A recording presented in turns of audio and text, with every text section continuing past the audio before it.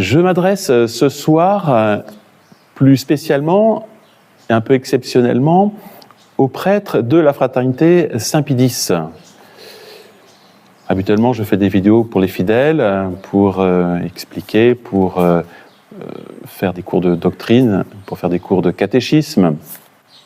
Mais cette fois-ci, je m'adresse plus spécialement aux prêtres de la fraternité Saint-Pie-X. Alors pourquoi m'adresser ce soir plus spécialement aux prêtres?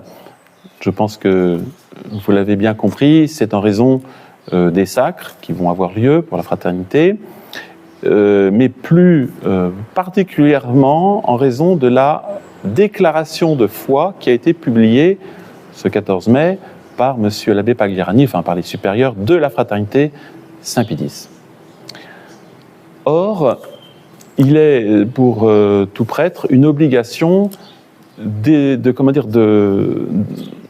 d'avoir un regard théologique et non pas seulement pastoral sur cet événement. Le prêtre est avant tout un homme de doctrine, d'enseignement, de foi. Ça, c'est une raison pour laquelle ce soir je m'adresse donc plus spécialement aux prêtres.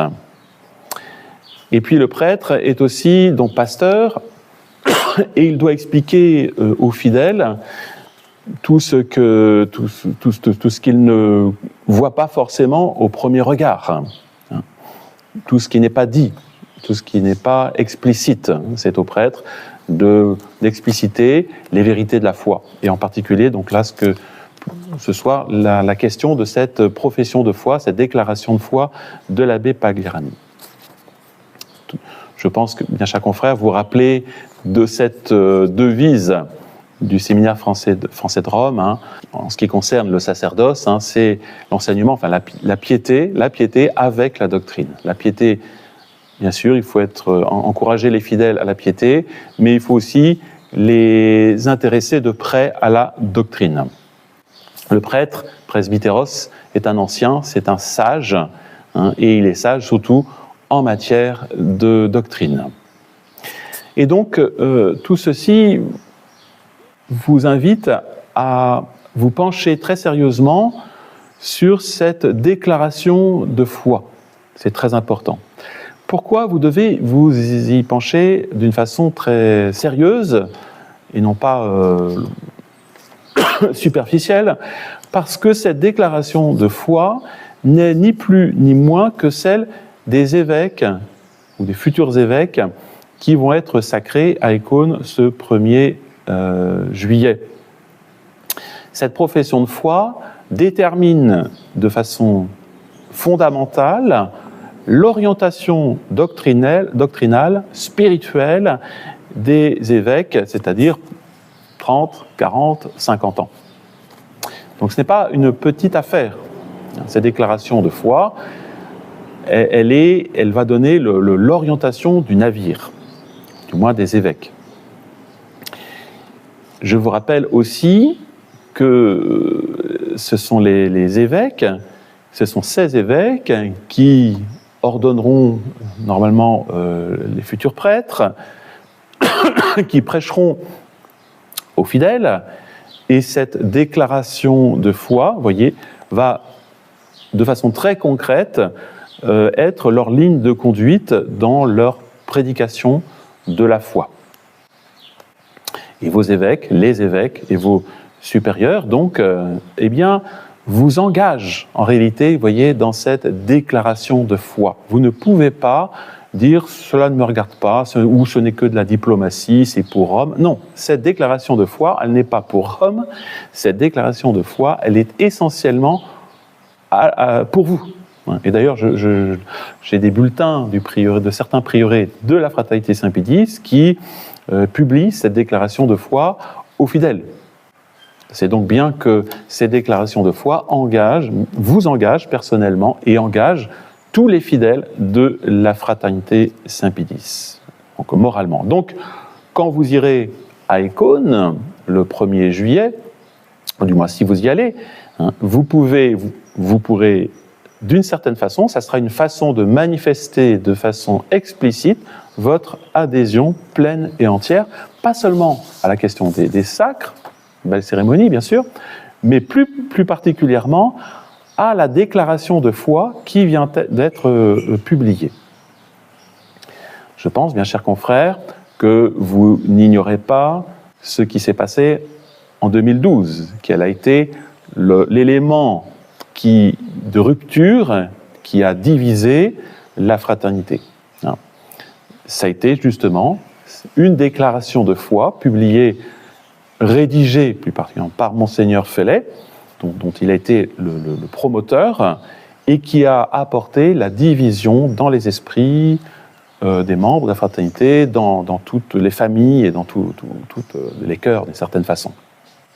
Et à cette occasion, vous vous rappelez justement que les 3 évêques, Monseigneur Tissier, Monseigneur Williamson, Monseigneur de Galarreta, se sont donc opposés, alors d'abord par un courrier privé, à Monseigneur Fellet, à l'occasion de cette déclaration de foi qu'ils estimaient ambiguë et fausse.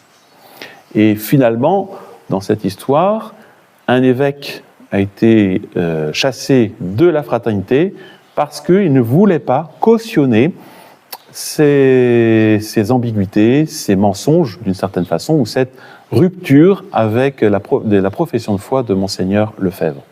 Et ensuite, vous connaissez l'histoire, des prêtres ont été eux-mêmes renvoyés ou isolés, écartés des postes de responsabilité pour ce motif. Alors, vous devez particulièrement voir dans cette profession de foi quelque chose qui vous engage. Alors, si vous le voulez bien, nous allons regarder rapidement ensemble les problèmes que pose justement cette déclaration de foi.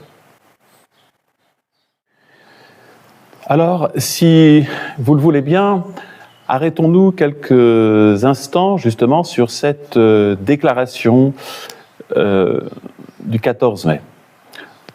À première lecture, on trouve un texte assez bon, une profession de foi que l'on pourrait prononcer ou qui aurait pu être prononcée en certaines circonstances.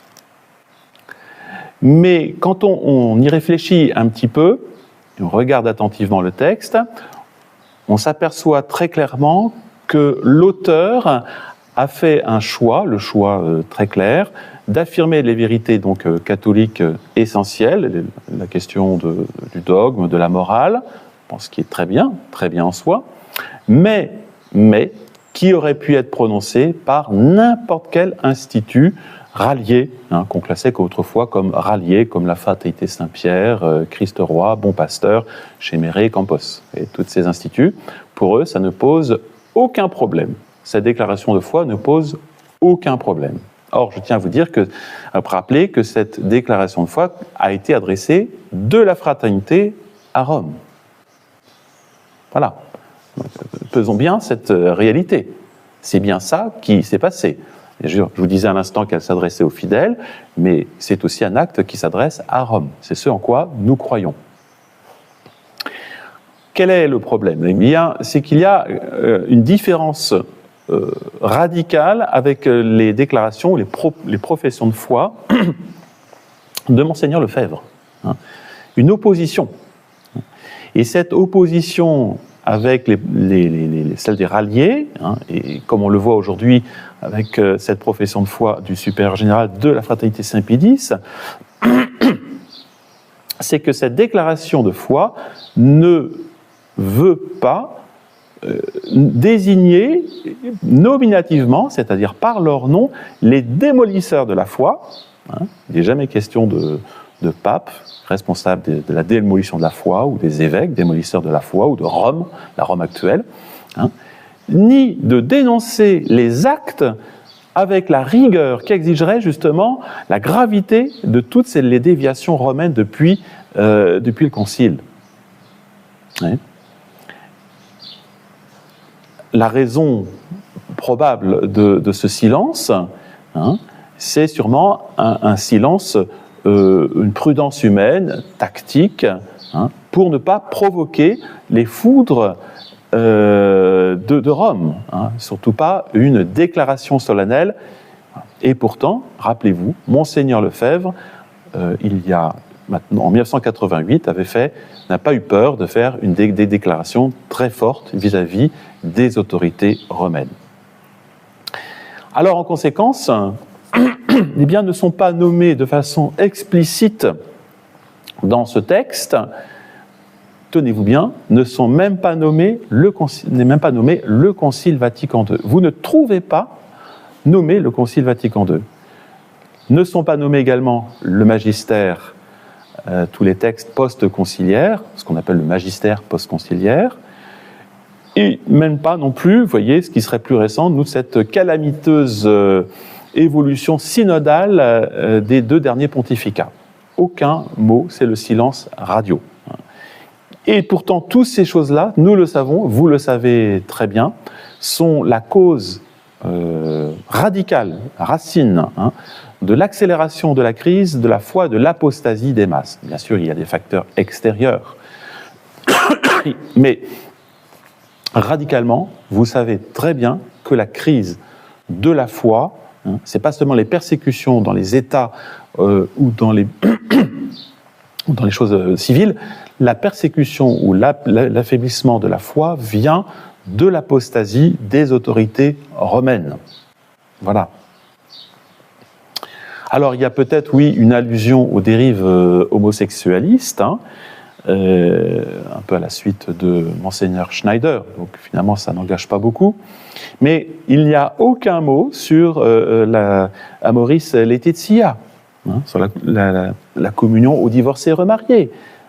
Or, vous le savez aussi, le démon veut aujourd'hui détruire les familles vraiment catholiques et qui veulent se marier de façon catholique, en n'inversant pas les fins du mariage, etc., par exemple.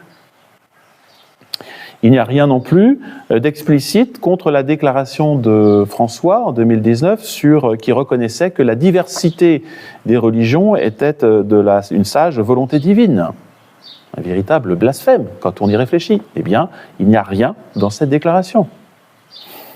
Alors, sur le plan liturgique, dans la déclaration, elle se contente de célébrer, de magnifier la messe traditionnelle de façon générale, sans dénoncer explicitement la réforme de 1969, sans dénoncer les tolérances sous surveillance du rite tridentin. En 2007, rappelez-vous, le motu proprio, en 2021, avec François.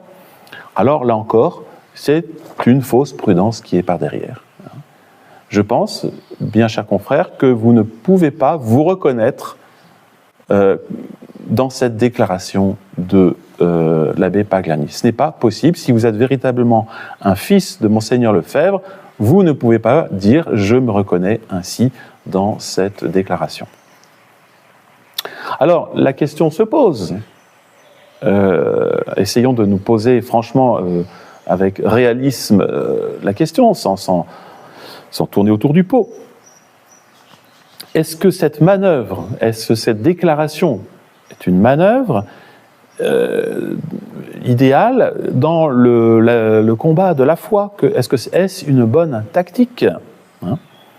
Est-ce que c'est l'expression claire et franche de la position catholique en 2026, ou une position qui permettrait d'envisager ou de continuer des rapports ambigus avec cette Rome apostate, cette Rome conciliaire? Voilà. Est-ce finalement véritablement une communication qui est adaptée véritablement aux urgences et à la nécessité spirituelle dans laquelle se trouvent les âmes? Vous voyez le langage de Monseigneur Lefebvre, avec quelle force il prêchait la foi et condamnait les erreurs, parce qu'il savait que on ne peut pas mettre à égalité la vérité et les erreurs. Alors, certains pourraient répondre à ceci en disant « mais ce n'est pas pour nous, c'est pour Rome, et puis c'est pour éviter tout de même de fâcher Rome, et puis de faire tomber sur nous des excommunications, voilà. Et puis simplement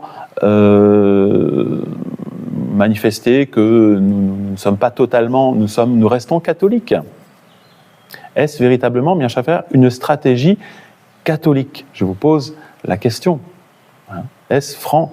Est-ce même une charité à l'égard des modernistes qui sont à Rome, du pape Léon XIV, des évêques, que de ne pas leur dire la vérité sur les erreurs dont ils sont eux-mêmes les premières victimes et dont ils auront à répondre devant Dieu au jour de leur jugement? Bien chers frères, je vous rappelle que François est mort sans aucun, et tous les papes conciliaires sont morts sans aucun signe de repentance par rapport à leurs errements conciliaires. Eh bien, la fraternité, les prêtres de la tradition, en général, ont un rôle particulier, et les évêques, surtout, ont un rôle particulier dans cela. Il ne s'agit pas, vous voyez, quand une personne est malade, de le traiter à minima, en disant « nous allons soigner vos symptômes apparents, mais nous n'allons pas soigner la racine du problème ».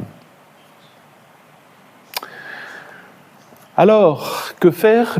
Parce que vous me direz, c'est très facile, monsieur l'abbé, vous êtes, vous, loin de tout cela, et nous sommes dans la galère.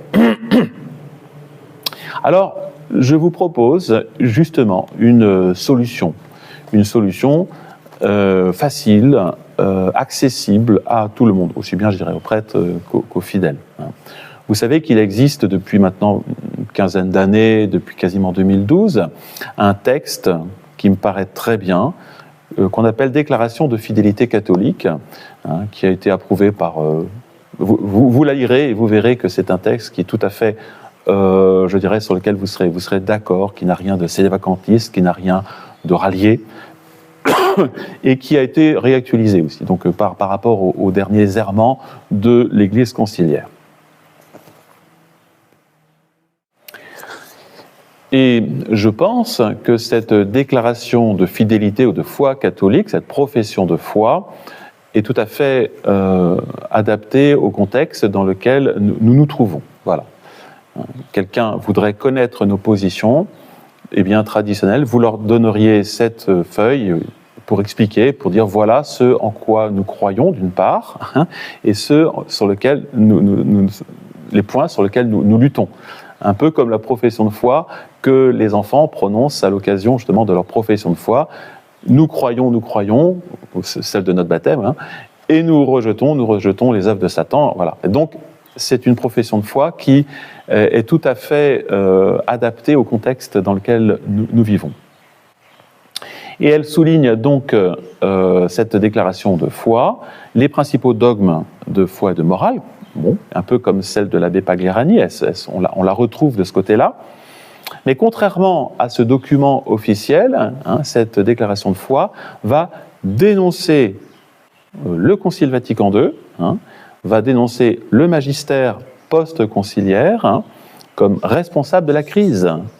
Et il va énumérer toutes les dérives doctrinales, liturgiques, pastorales et morales, ce que Monseigneur Lefebvre a fait aussi régulièrement. Et cette déclaration de foi, finalement, va rappeler aux autorités de l'Église, ou même conciliaires, eh bien, qu'il y a trois urgences pour restaurer radicalement la foi et restaurer l'esprit traditionnel dans l'Église catholique. D'abord, la première urgence, c'est dénoncer la culture libérale et confirmer la doctrine de la royauté sociale de notre Seigneur Jésus-Christ. Monseigneur Lefebvre, essentiellement, était le docteur du Christ roi. Il s'est battu pour défendre cette doctrine de la royauté sociale de notre Seigneur Jésus-Christ. L'apostasie des masses, aujourd'hui, elle est liée au fait de ce libéralisme, de cette laïcisation des États. Donc, première vérité à rappeler dans cette profession de foi. Deuxième élément, c'est le rétablissement du serment antimoderniste par Saint Pie X. Alors, pas seulement au clergé traditionnel, mais à tout le clergé de l'Église. Et vous savez que ce serment antimoderniste a été supprimé par Paul VI en 1967. Donc, rétablissement de ce serment antimoderniste. Troisième élément, eh bien, doctrinal, ça serait la condamnation officielle des textes de Vatican II. qui sont spécialement des textes qui sont contraires aux affirmations, aux définitions, irréformables du magistère antérieur. Et puis enfin, bon, ça ne serait pas une obligation, mais ça serait un impératif, et elle est soulignée par cette déclaration de foi catholique, ça serait donc d'implorer la consécration de la Russie au cœur immaculé de Marie. Voilà, hein, selon la demande que Notre-Dame en a faite à Fatima, enfin après Fatima. Nous savons qu'aujourd'hui, l'humanité est en train de courir à l'abîme et il y a une responsabilité morale considérable, hein, du pape qui a la solution entre ses mains. Et cette déclaration de foi devrait donc encourager le pape à faire cette demande, cette consécration. Et ainsi, dans cette déclaration, est vraiment un instrument adapté à la situation, adapté aux polémiques qui se développent autour de ce sacre, hein, voilà, et qui permettrait justement de manifester le véritable état de nécessité. Hein, voilà. Alors que ces prêtres, j'invite aussi peut-être les fidèles, hein, à découvrir cette déclaration de foi traditionnelle, que vous pouvez trouver. Donc vous pouvez la trouver en lien dessous, je l'ai mis dessous, mais vous pouvez la trouver sur d'autres sites, hein, elle a été publiée un peu partout.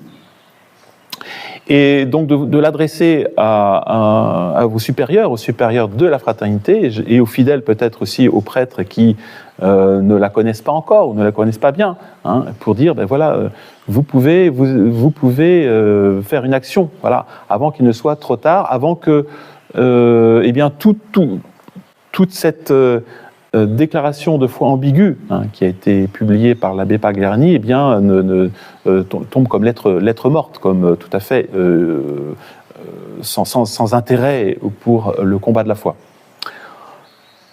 Voilà, eh bien, chers confrères, j'espère que vous m'aurez entendu. J'espère que vous prendrez le temps, bien, de relire ces déclarations de foi, pour que vous puissiez comprendre que ce que je vous dis est fondamental. Voilà, est fondamental. Voilà. C'est un appel urgent en raison justement de la crise de la foi que nous connaissons aujourd'hui.